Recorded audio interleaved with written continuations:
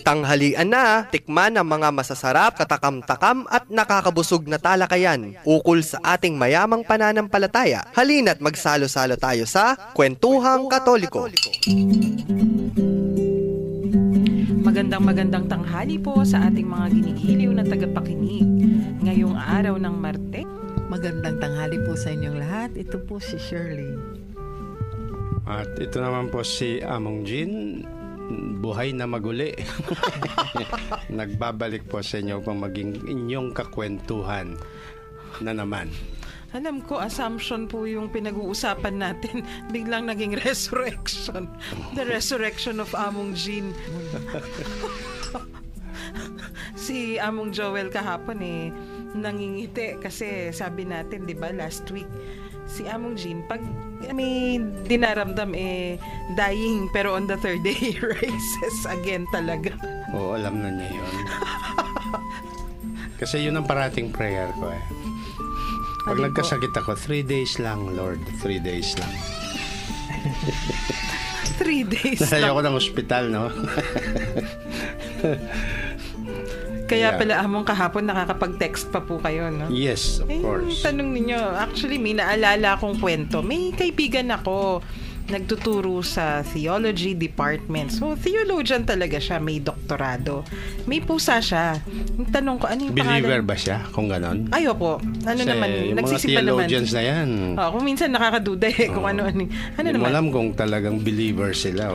O academic subject. Academics lang yung naglalaruan lang yung mga divine revelations, divine truth. Alam ko, may Calvin pa yun Yung tinanong ko siya, anong pangalan ng iyong pusa? Cat. Sabi ko, bakit generic naman? Cat. Sabi niya, short for Catholic. Sabi ko, yung aso, anong pangalan? Dogma. Sus. Sabi ko, theologian nga. Kaya Susme. Kaya, yung tanong kahapon ano yung dogma? Naalala ko, aso. Ako pwede kong sabihin niyo, anong pangalan nung alaga yung python mo, Among? Nako, ano po? Jean. Jean? Kasi? Genesis. Ay, sus, Mario! Kasi sa Genesis, nandun na siya. Oo. Siya ang sumira, no? Siya ang sumira yun. Sa kwentong maganda sana ng Genesis mula sa pagkalikha ng tao. Kaya pala kinukulong niyo. Yes, of course. Para hindi na paligid-ligid kung kani-kanino at baka mamaya kung ano-ano na naman yung mapaglaruan. So, ganun pala yun. Pero, yun nga po, Among, hindi pala hindi pala aso yung dogma. Ano yun? At ano yung doctrine? Ano yung pinag-iba? Si Among Joel, nangingiti kahapon nung sinasagot Kaya bigla niyang pinasa sa inyo. Well, yung doktrina kasi very generic yung term na yan Doctrina or doctrine comes from the Latin word itself, doctrina. Ibig sabihin, aral o turo. So, hindi lang natin nire-refer yung doctrine sa isang hindi man pwedeng sabihin na religious truth lahat ng doctrine no? May mga doctrines na kanya-kanya, maski halimbawa ang mga doktor may mga doctrines din sila, di ba? Ang mga teachers may mga doctrines sila. So ibig lang sabihin isang pagtuturo. Ngayon din ganun din sa simbahang Katolika. Pag sinabing doktrina ng simbahang Katolika or the doctrine it has something to do with matters of faith and morals, mga aral in general. So aral, ibig sabihin kung ano yung tinuturo sa atin, yung tinuturo, na katotohanan, yes, na kung ano yung pinaniniwalaan po natin, kung ano yung dapat na itinuturo din natin kunwari sa mga bata. Totoo. But ang dogma is more or narrowly defined as that part which is a doctrine itself also. Okay. But that which has been divinely revealed and which the church has formally defined and so declared to be believed as revealed. So, sandali po. Kung titingnan natin pwede, so yung doctrine among, pwedeng magbago kung proven later on na, kunyari, madagdagan po yung pag-aaral, pwedeng maiba ng konti. Yes. Pero yung dogma, yun po yung Pag ang hindi dogma na... talaga, it is divinely revealed, defined, and then you have to yung the assent of faith. Ang importante, you have to assent, you have to believe. It is presented for us to be believed. Hindi naman kasi lahat ng doktrina ipapahano mo, no, yung ang tawag dito, yung sasabihin mong, hoy, maniwala kayo sa hindi. Okay, Dapat okay. kayo maniwala, no? So parang theory. Oo. Theory. Pero ang doctrine kasi malawak eh. No? So, bawa, pwede akong magkaroon ng doctrine ako. Doctrina in a sense na based din sa Catholic faith ko, I can kasi nandiyan na may mga theological opinions kasama sa doktrina yan, no? Explain mo ng isang aral, no? Parang yung limbo truth. among pinapa-review noon. Yes. I see. So, ibig pong sabihin nito sa ating mga tinuturo, doktrina marami yan, pero yun, sa tingin ko, yung dogma, iilan lang. Oo. And at saka may isang may isang, tandaan mo, kapag dinefine ng isang dogma, may isang bagay na may i-attach mo na yan diyan. Infallibility. Ibig sabihin, hindi magkakamali. Kasi kung minsan ang doktrina din, nag-words kung minsan may mga nagkakamali din yung mga ibang doktrina, no? Opo. Pero kapag ang isang dogma ay dinefine, it carries with it the stamp of infallibility. Hindi na. Di ba yung mga theologians, sabi mo kanya mga theologians. Ito naman ang word ng mga canonists, no? Sa Canon 749, paragraph 3. Naku, yan na po. No? The Code of Law says, ito lang ang pupulutin natin dito yan. Ha? No doctrine is understood as defined infallibly unless this is manifestly evident. All dogmas are infallibly defined. So this reveals that there can be doctrines that are not infallible and thus that are not dogmas. Naku, among may nag-nosebleed na niyan. Ibig sabihin po, pag dogma, maniwala tayo. Pag doktrina, maniwala tayo, pero we are free also na pwedeng pag-usapan pa po. Pwedeng magtanong, pwedeng yung sa bagay, kahit naman dogma, sa tingin ko, pwede nating tanungin yung mga hindi malinaw, pero kailangan tanggapin na natin. Yes. Halimbawa, anong kaibahan, bigyan ko kayo ng kaibahan ng doktrina at saka dogma. Ang doktrina ito, pangit siya po dyan. Pwede kayo maniwala, pwede hindi. Ang dogma, guwapo siya mong dyan, dogma na yan. Ako yata yung... Kasi, na-evident na daw yun.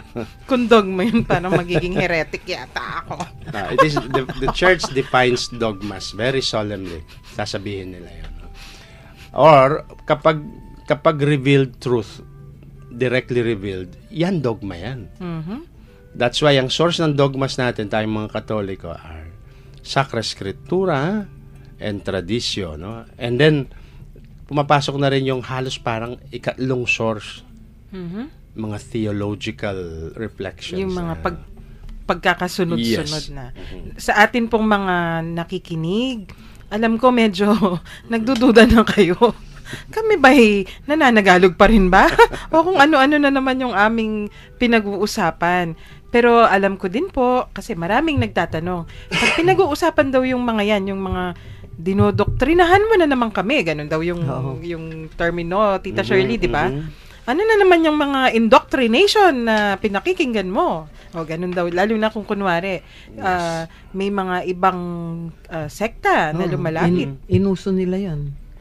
Yung indoctrination. Totoo yan. At saka tayong mga Katoliko, we don't use the word dinodoktrinahan. Ayun. Kaya although the word originally itself started tayo sa atin ang galing yun. No? Doon po nanggaling yung tanong ano nga ba yung doktrina daw na yan? Kasi laging naririnig na ini-indoctrinate o dinodoktrinahan. Pero naririnig din sa atin na may Catholic doctrine. Yan yung ginagamit. So ano nga ba yan?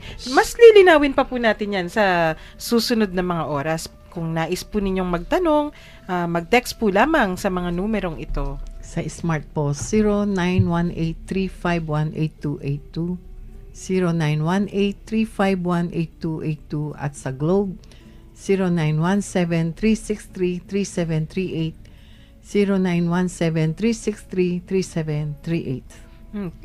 Parang may problema yung smart network. Ako po yung hindi makapag-text ng palabas. So, kung nais ninyong mag-send ng mga messages, pwede din po sa aming Facebook page. Yan yung Kwentuhang Katoliko sa Facebook. Text lang po kayo o mag-message lang. Susubukan po naming sagutin yan ngayon. Kung hindi naman, sa mga susunod na araw. Pero makinig po muna tayo sa isang magandang tugtugin.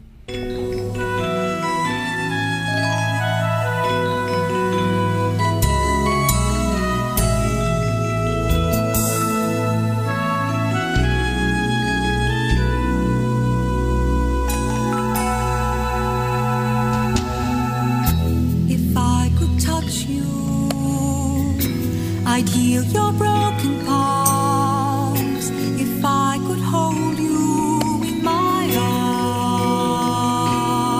arms.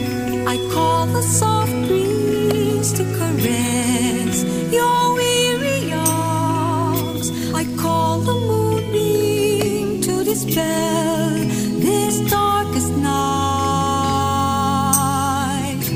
If I could touch you,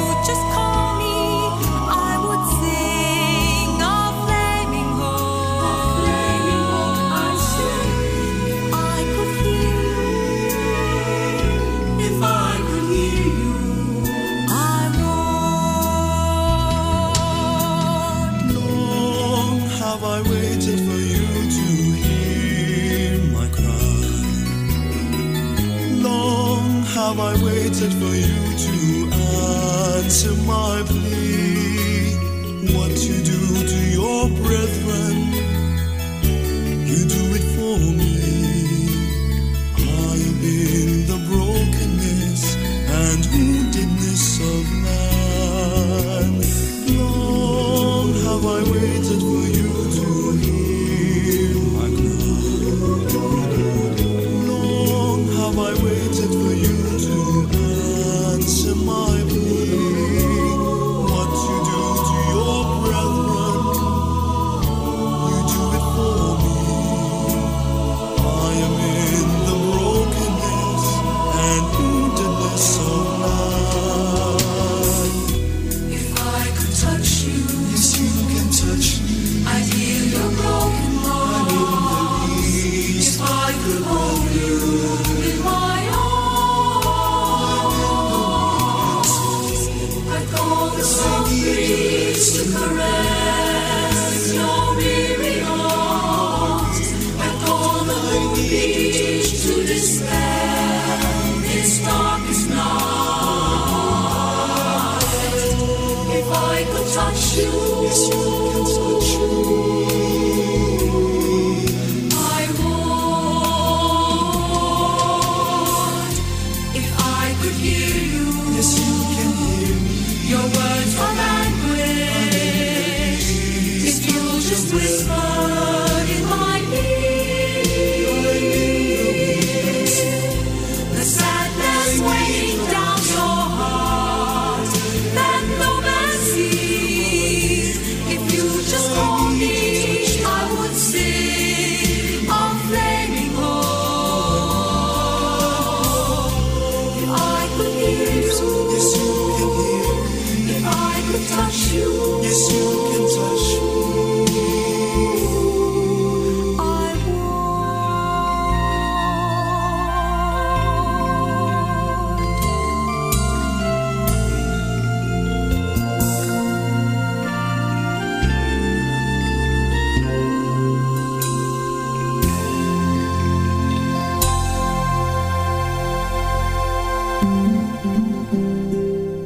Nagbabalik po ang Kwentuhang Katoliko dito pa rin sa 91.9 Bright FM. At Yeah. mukhang inuulan pa tayo ng text messages. Ang dami. Meron akong babasahin dito galing sa isa sa ating mga butihing pare. Mhm. Si Among Fer David, Hello, Among. ang parish priest ng Our Lady of Remedies Parish ng Baliti. Mhm. At siya din ang ating ano kasi siya? Among sana mahuli. Director siya ng Krusada ng Virgen de los Remedios. Ang sabi niya, nakikinig kami dito sa Baliti, CSF.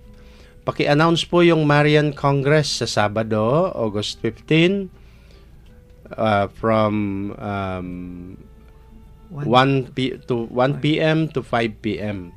Si Bishop Ted Bacani po ang speaker.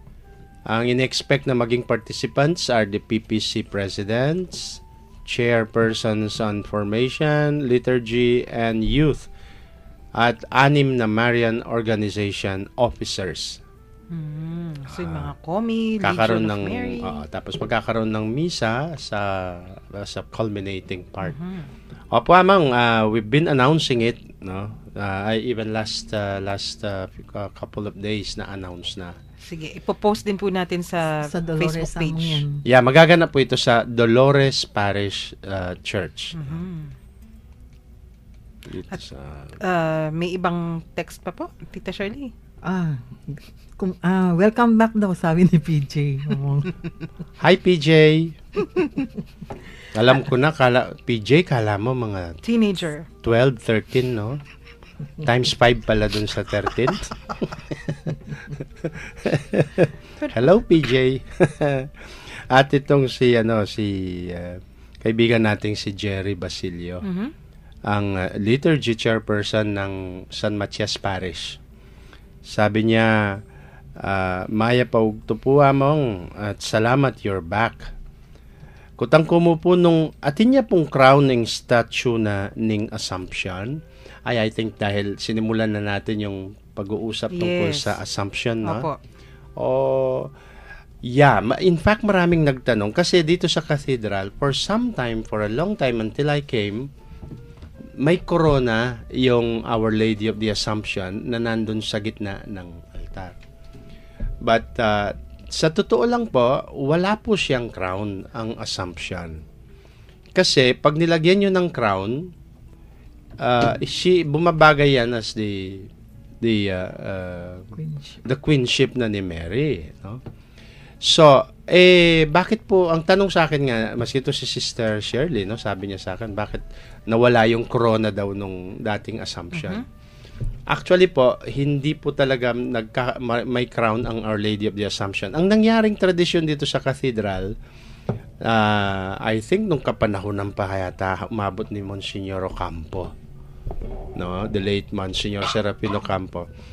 Pag piyesta ng Assumption, actually pag Assumption siya, wala siyang crown. 1 week after the Assumption, anong susunod na feast? The Queenship. The Queenship of Mary. So, ang ginagawa nila, doon sa araw ng Queenship, pinaputungan siya ng corona sa taas. Tapos, pagkatapos ng Queenship ni Mary, aalisin na naman yan. Bababa na naman yung crown. Siguro, bakit na natili doon sa Assumption ngayon, biglang naiwan na yung corona? Siguro dahil doon sa panikmanaog, even though once a year, no? Ang taas nun. Kaya iniwan. Naiwan din mo. Nakasana yung mga tao. Nakikita nila, may crown, no? But if you look at the classic paintings, no? Iconography ng Our Lady of the Assumption, you will find her na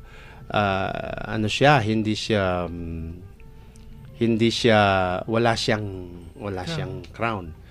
Marami nga din nagtatanong sa iconography, no? Amang kung minsan, sabi niya, ito po, akala po namin Assumption, yung pala, Immaculate Conception yun.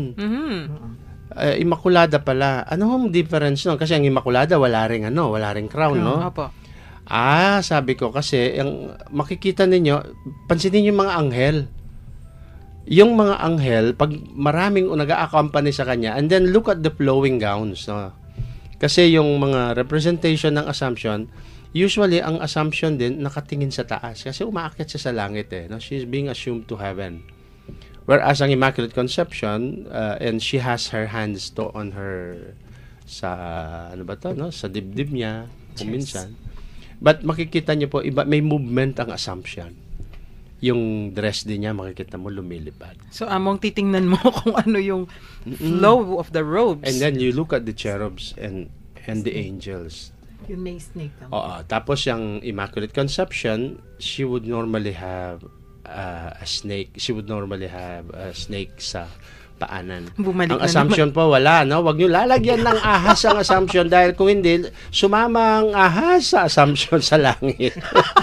Kaya sabi ko, hindi yan Assumption, no? Tingnan mo, may ahas. Bakit po? Ay, huwag mong sabihin, sumama yung ahas, no? Ay, naku. Sa langit. Alaga ni Among. Baka naman humingi na ng kapatawaran si Yeah. Snake. Ayan, nag-text na si Father Bong. Totoo palang snake yun. Yung snake ni Among. Sabi ni Father Bong, ay ang saya daw nating naririnig sa kwentuhan at dogma daw talaga yang si Among Jean. Naging student nga ninyo, Among. Sino daw yan? Si Father Bong Feliciano. Yung Uy. parish priest ng ating texter Yes. na si Kong Jerry. At si Maresi naman ang nagtatanong, yun po bang canon law? Dogma po ba yun? Ayan na. Kasi nga naman, di ba? Ma'am Resi, mas mataas ang canon law sa dogma. Hoy. Ay, hindi po, biro lang. Canon law is at the service of theology, of dogmas. Ini-ensure lang niya na. Ano. At every now and then, ina-update po yan, di ba? Hindi po siya dogma. Kasi ecclesiastical law is still human law. And as human laws, they can be changed. And laws ng batas ng canon, kung minsan, napapalitan at pwedeng i-abrogate. Ang dogma, hindi. Once defined, because it is divinely revealed, it does not depend on human institution. Sige, Among, balik-balik. Para medyo mabawasan yung ating nosebleed. Pati ako naguguluhan na. So, pag sinabi po nating dogma o kahit doctrine, ibig sabihin yun yung principle. Kung ano yung pinaniniwalaan. Pag canon law, yun yung parang patakaran lang. Patakaran, batas lang yan ng simbahan. Para hindi tayo hindi tayo magkakanda gulo-gulo. At Which is at the service of theology, of the Okay. faith. Yung paglilingkuran niya. Kaya sabi nila, canon lawyers, you should be also more theological. Don't be too canonical. No? Which is true kasi ang theology is a freewheeling assent ng puso, no, at ng pag-iisip, no. Ang canon law naman restrictive. Sabi sa gusto mo batas yan i-restrict ka dito sa ganyan. pero di ba Among, sa canon law sinasabi din, the highest law is the salvation of souls. Yes, ina-assent lang kasi ng canon law 'yon, no. At sasabihin, and so does the law, will have to make sure that yung batas na 'yon will be, or that truth, no, or that dogma 'yun no, yung sinasabi niya yun, i-safeguard ng batas 'yon. Kaya wag kayong liliko, wag kayong gagawa ng hindi bagay dito, sasabihin ng batas. Okay. So, kahit papano, may konting alam na tayo kung ano po yung dogma, tapos yung doctrine. Yung assumption, Among, dogma o doctrine? It is a dogma. Kasi, una, di ba sinabi natin kanina, there is a play of two, sa pagkakaroon ng pagbaging dogma ang pinag-uusapan, ay mayroong dalawang sangkap na parati tayong iniisip dyan. Una, dahil sinabi natin kanina, all dogmas are infallibly defined. And what guarantees their infallibility? Yung source nila. Source, kung saan nanggagaling. Kung, paano po yun? Yung galing siya sa yung kanyang pinanggalingan. Kaya ano ang source ng dogma sa ating Katoliko? Yun, Sacred scriptures, divinely revealed, at yung revelation through what we call sacred tradition. Yeah. Di ba naman yun po talaga yung mga pinaniniwalaan natin, at sabi nga natin yung kasunod, yung magisterium na yun. Right. Pero kung itatanong mo, paano ba ang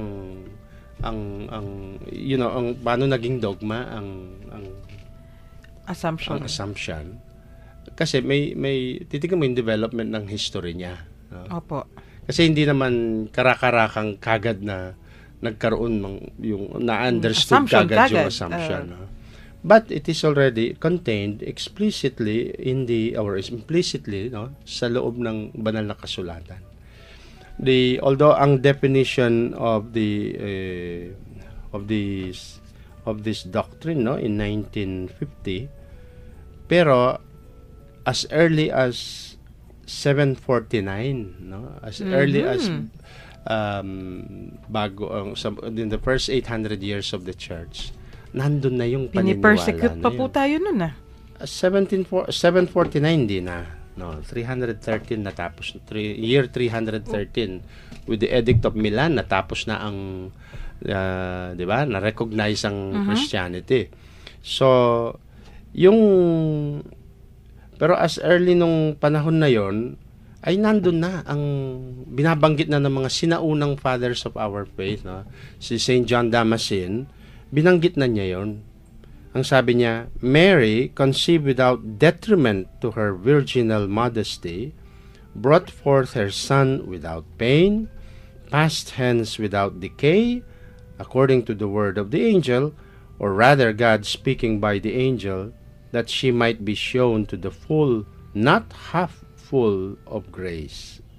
In short, Among, In short, ang sinasabi yung theological explanation ni St. John Damascene noon, batay sa scripture, sabi niya, we can extract.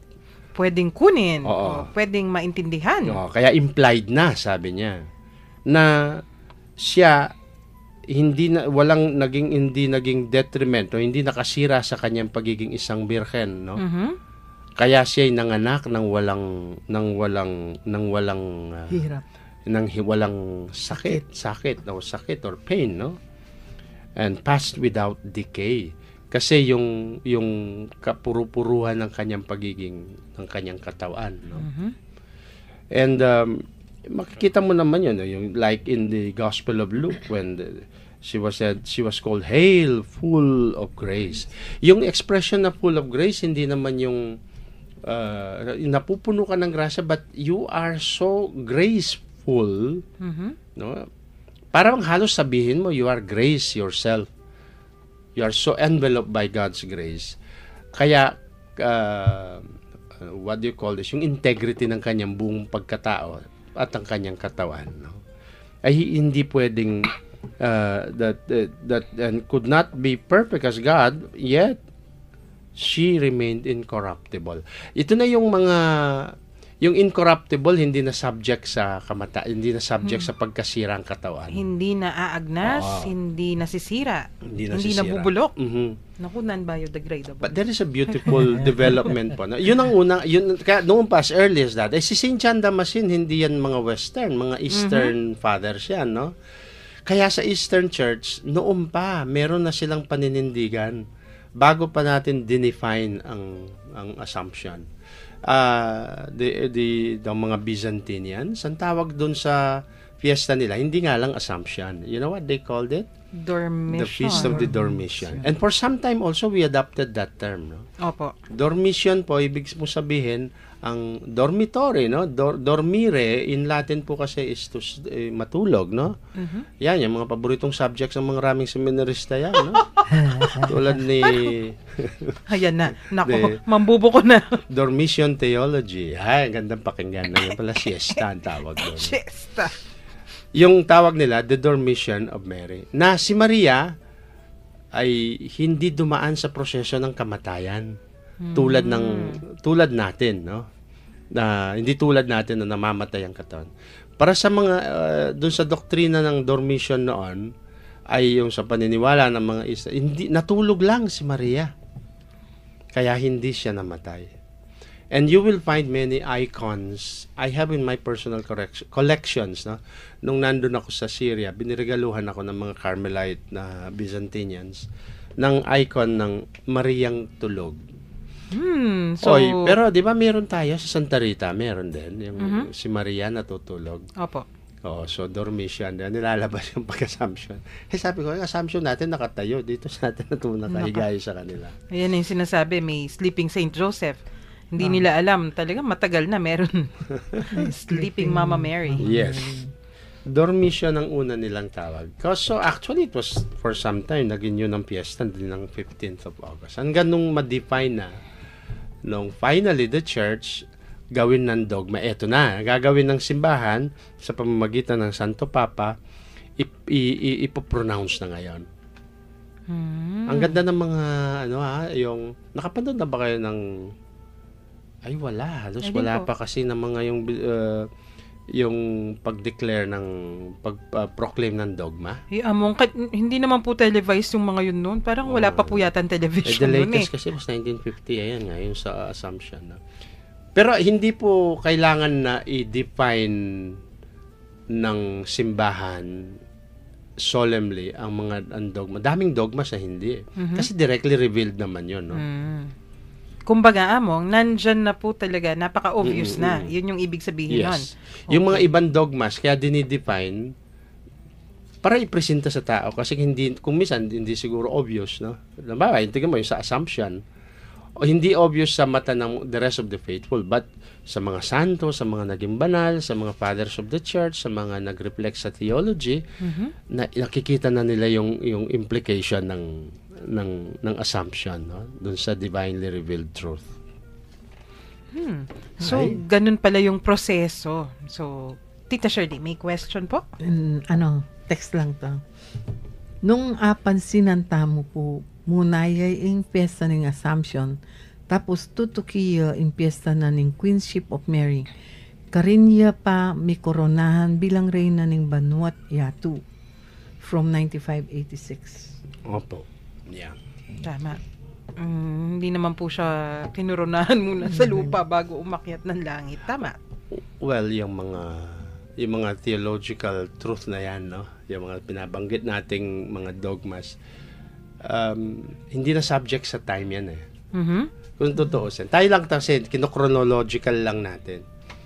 But, yung pagiging reyna ni Maria, reyna ng langit at lupa, I'm sure, nandun na, nakapaloob na sa kanyang buong pagkatao yun. No? Ang ibig niyong sabihin, Among, bago pa po siya namatay, parang agreement na ng langit. Yes, na yun. Oh, okay. Oo, hindi naman siya, Mami, hintayin kita dito, pagdating mo sa langit, crown kita. Tayo lang nga kasi, dahil human and limited ang ating graphic, ang ating pagpipresent. Kaya gumagamit tayo ng mga images na gano'n. No? Para nga naman mas maintindihan natin. Kasi kung hindi nga naman ipapaloob sa, kunyari yun, sa human timeline, magulo nga naman. Hindi nga naman natin maiintindihan. Parang so, mahirap ituro yun sa katekist. No? Ay, opo. Parang di ba yung sabi nila, angels come in native garb. Yes. Ibig sabihin, hindi naman darating yung anghel na mukhang, yung mga dinrawing ng mga image na anghel. Yan lumilipad. Hindi mo alam. Ayan na pala, yung katabi mo. Pero yung dun sa assumption natin yan, makita ninyo yung mga angels. No? Iba-ibang kulay. Opo. Iba-ibang kulay ng buhok. Iba-ibang kulay ng balat. May blondie, may yellow ang buhok. Meron isa diyang kulot. No? May maitim ang medyo brown. Medyo brown siya. Parang representing kasi yung origin, tinanong namin nung nire-restore yan. Ivory finish kasi dati yung ginawa doon eh. Mapuputla. Pero noong pinarestore natin 2 years ago o last year, ni-research namin, tinignan namin yung and si Tom Hoven, no? Ang kaibigan nating si Tom, ewan ko nakikinig ngayon yun. Although nangako yun, makikinig eh. Siya ang bumulong sa akin naman, sabi niya, pansinin mo ang original ng mga anghel na yan, mga multicolored yan. So that's what I told dun sa restaurant. And then we found really talaga, tulad ng sinabi ni Tom. No? Nagbibiro nga ako dun, yung isang nandun sa likod. Sabi ko, pwede mo ba lagyan ng salamin yan? Kasi kalbo eh. Kalbo. Sabi, pwede mo. Total nakatalikod naman ang containers. Ay, nako. Yan na yung Eugenian doctrine na sinasabi ni Chester. Ay, yung ating mga listeners, habol po ninyo yung inyong mga comments at questions habang tayo'y makinig uli ng isang maganda pang tugtugin.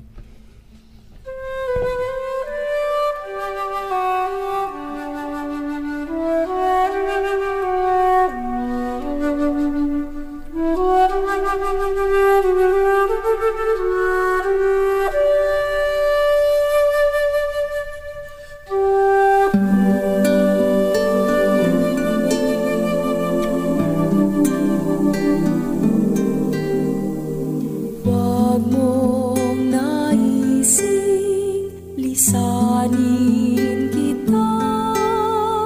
Wala kong hangaring ika'y mag-isa. Saan man magtungo, ako'y sasabay. Magkabalik at sa paglalakbay, mananahan sa tahanang sisilong sa'yo. Yayakapin ang landasin at bayan mo. Poon mo ay aking ipagbubunyi at iibigin ang mong sarili. Saan man abutin ng paghahanap, ikaw at ako'y magkasamang ganap. Ipahintulot nawa ng Panginoon, ikamatay ay maglalaho, anino ng kahapon. Pag-ibig ang alay sa'yo, mananatili ako. Wag nang naisang tayo'y mawalay. Wag nang isiping magwawakas ang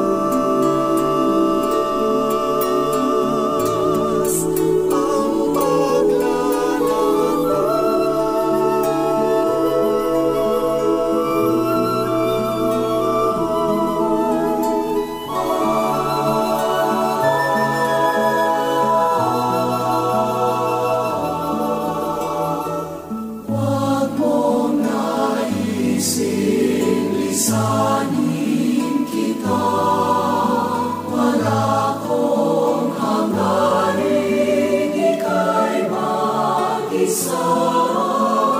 Saan man magtungo, ako'y sasabay. Magkabalik at sa ating paglakbay, mananahan sa tahanang sisilong sa'yo. Yayakapin ang landasin at bayan mo.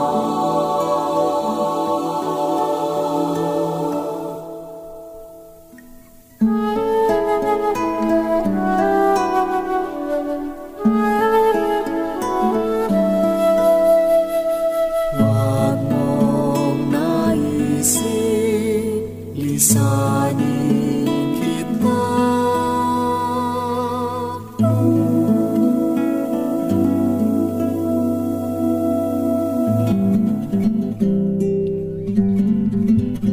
Nagbabalik po ang Kwentuhang Katoliko dito pa rin sa 91.9 Bright FM. Ang awit na yan, pananatili. Sana tayo ay manatiling faithful Yes. sa ating mga doktrina. Dahil ang mga aral, ang mga dogma ay nananatili.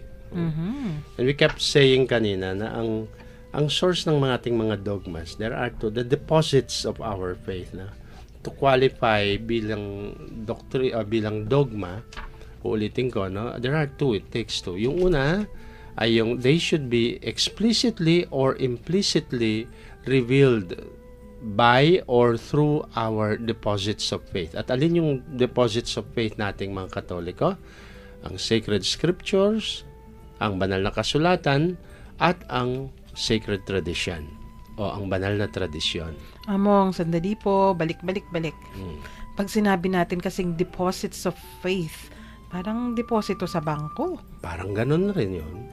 Kasi deposit is sila ang sa mo nilalagay ang anong deposit nakapaloob, di ba? Wala namang deposito sa labas. So it is nakapaloob, no? So yun ang analytic ng paggamit ng word ng deposits of our faith. Ang yaman actually. Ayun. Here deposit means the treasure in that sense. So, pag Treasures of our faith. treasures of our faith. Pag sinabi kasi nating deposits of our faith, Tita Shirley, di ba yung iniisip natin, hindi nagagalaw yan, hindi yan pwedeng, Ay, wag mong ilimpi sa sa commercial understanding, medyo banking understanding, medyo Pwedeng i-withdraw. ayun, pwedeng yung deposits. may deposit tapos may withdraw. Hindi 'yon, no? Ay, nabanggit mo 'yan. Nung maliit ako, parati kong nagiging reflection ito. Alam mo sa mga bangko noon, di ba? Yung traditional na bangko, may mga windows for deposit, tapos withdrawal, di ba? Napapansin ko noon, pag doon sa kung mga babae yung mga tellers na naka-assign doon sa deposit, makikita mo mga bata yung nilalagay. Tapos may mga itsura. Pretty. Oo.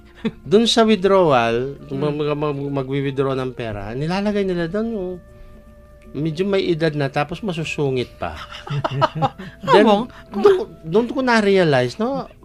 Panyo na, no? Parang strategy ng marketing ng bangko yon. Encouragement, discouragement. Right. Oo. Para ma-encourage ka mag-deposit, maglalagay sila ng Pretty. medyo, oo. Kaya pag naman dahil ayaw nilang mag-withdraw ka, mawala yung pera sa bangko, lalagay sila ng bulldog. Among, kung ano-ano po talaga yung mga napapansin nyo. Ewan ko kung ganun pa ba ngayon yung mga bangko? Hindi. ATM na po kasi ngayon, kaya. Okay. So wala na yung ganun. Isa lang. Kung pwede ka mag-deposit or withdraw sa Singtel. Isa na yun. Ayan. Pero sa sanglaan, meron. Hiwala yun, payment sa kabi. Pero ibig sabihin, kung may deposits of faith, baka may ganun din, encouragement and discouragement.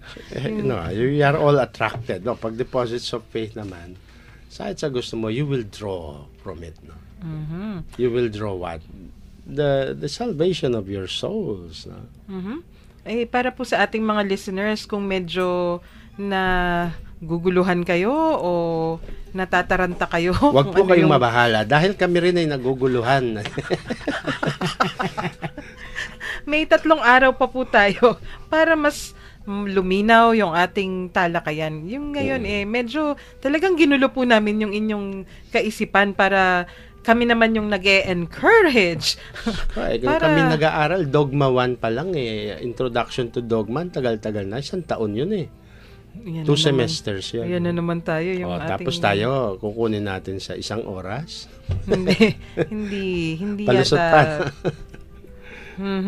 At kung tutuloy ko ngayon, yung ikalawang elements na essential sa isang dogma, na if it has something to be a dogma, it must be either explicitly or implicitly sa sacred scriptures or sa sacred traditions. Ibig sabihin, o nasusulat o nababanggit ng mga sinaunang mga tinatawag nating fathers of the church, fathers of the faith, yung mga naunang mga santo, yung mga naunang theologians na may kaugnayan pa noon sa ng divine revelations na hindi nga lang nasulat pero kanilang iniaral at itinuro. O sinulat pero hindi lasama dun sa ating tinatawag na Biblia. At ang ikalawang elemento is a dogma must be infallibly taught by the magisterium as divinely revealed. Kailangan magkaroon ng qualifier ito, no? Siya ay i-declare infallibly, nang walang pagkakamali. Ibig sabihin po, Among, dapat yung Santo Papa yung ng magisterium, magsasabi. yes. Kasi sino yung, di ba yung magisterium, yung ating, sabi ni Pope Francis, di ba, kasama na daw yung laiko sa magisterium. Ngayon, yung kasama naman talaga. No? Pero noon kasi, Among, di ba, yung common understanding, Right, yung magisterium, Santa yung Sede, o kaya Santo Papa, yung Vaticano, yung mga obispo, yun, yung kalipunan nila. Pero, nilinaw ng Santo Papa, kasama yung ang mga laiko. Pero hindi ibig sabihin kahit ano na lang. Wow. Ibig Tsaka hindi sabihin- naman ibig sabihin nun na actually, yung sinasabi ng Santo Papa is has long been nandun na. Kasi yung tama. bago mo i-declare, makikita mo na yun din ay sinasampalatayanan na. Yes. Hindi naman siya mag-iimbento ka ng truth eh. Hindi novelty ang Opo. dogma, no? Kasi nandun na yan. Opo. Pag nakita mo, kita mo, halimbawa, sa Assumption de Mary, nasa implicit sa Biblia, pero naging practice na ng mga tao. Yun. The Yun yung church has sinasabi already niyan. been believing in it, no? So, ipopronounce mo lang yun. Pero yung other extreme po kasi, baka mamaya, yung magiging, di ba yung ibang sekta, basta pinaniniwalaan ng isa o dalawa, yun na. Pero ang ibig sabihin ng Santo Papa, kasama talaga yung laiko. Pero hoy, hindi basta kung ano-ano na lang yung Oo. pinaniniwalaan. May proseso pa ring Right. pinagdaraanan yan. Yun yung nilinaw niya sa atin. In So, yung agreement ang faithful. Pag yung makikita. kalipunan. So, Kalipunan. tayong lahat. Yung the body of Christ. Yes. That makes us the church. No? Opo. Yun daw yung magisterium. So, pero Among, yung sabi nga ninyo, yung magisterium yung magdi-declare. Ibig sabihin, sino ba yung puno? Ang Santo Papa. Ang Santo Papa. Siya. At yung pong kakapit dun yung tinatawag na infallibility dahil yun talaga ang sense ng dogma eh, na walang mali. Hindi siya mali. Ay, nako. Mukhang mabibitin tayo sa araw na ito. Pero itutuloy naman po namin bukas. Hindi na lang kami magbubukas ng panibagong topic kasi yung ating mga listeners sasabihin sa atin, pananghalian kumakain kami, pampasakit kayo ng ulo talaga. At yung inyong kwentuhan nagiging palaisipan na may isang nagsabi kasi, Among, alam ba ninyo yung mga pinag-uusapan ninyo ng pananghalian? Hanggang gabi, pinag-iisipan ko pa rin kung minsan. Kasi daw, kung minsan heavy topic, pinagtatawanan ninyo, sabi nung nagkwento. Tawa kayo ng tawa, pero ang bigat-bigat ng topic hanggang hating gabi. Pinag-iisipan pa rin daw. Kaya yung kwentuhang Katoliko hindi lang chismisang Katoliko pampasakit na ulo ng Katoliko din yata. We cannot afford to be. Siyempre ang pagiging masayahin natin. Masaya tayo sa pagtanggap ng katotohanan. Kaya there is room para sa biruan. Hindi naman sa niloloko natin yung isang aral. No? But that's because andyan na, totoo na yan sabihin mo man o hindi, paniwalaan mo man o hindi, the truth remains. Yes, tama. Pero ang ibig po niyang sabihin, sabi ko dun sa kausap ko, mahal ka ng Diyos. Hindi ko totoo. Maniwala ka at hindi. Kung ayaw maniwala, wala ka problema. Pero mahal ka ng Diyos, hindi magbabago yung katotohanan na yun. No? Parang last Sunday. Ano ba yun sa homily na sinasabi ko? Na tayo ay galing sa langit. Diba? Kasi nilalang tayo ng Diyos, nasaan ang Diyos? Hindi nasa langit. nasa langit. Kung galing tayo sa Diyos, galing din tayo sa langit. Ayan, hindi po masyadong mabigat na palaisipan yan. Kaya kahit hanggang mamayang gabi nyo pinag-iisipan, hindi masyadong sasakit yung ulo ninyo. Pasensya na po kayo kung medyo may sabog po ng kaunti. Minsan. Kasi po, epekto pa po ng mga antibiotics na nainom ko. Pero yung episode na ito nakakatuwa among kasi nabuksan natin kung ano yung doktrina, kung ano yung dogma, kahit papaano hindi naman pala ganun kabigat, yung hindi naman pala kailangan may 3 libro kang katapat pag binabasa mo yan. Hindi pala. So isusunod po natin yung mga tanong bukas. Susundan natin yan kung ano pa rin, karugtong pa rin ng assumption, pero yung dogma at doctrine kasama pa rin yan. Pero sa oras na ito po, kailangan muna nating tapusin ang episode sa isang dasal. Let us place ourselves in the presence of God. In the name of the Father, and of the Son, and of the Holy Spirit. Amen. Panginoon namin, dumating na naman po ang oras ng aming pamamaalam sa isa't isa. Ganun pa man, kami po ay nagagalak dahil sa pinagkaloob mong pagkakataon magtalakayan, magkwentuhan at matuto sa isa't isa hinggil sa aming pananampalatayang Katoliko.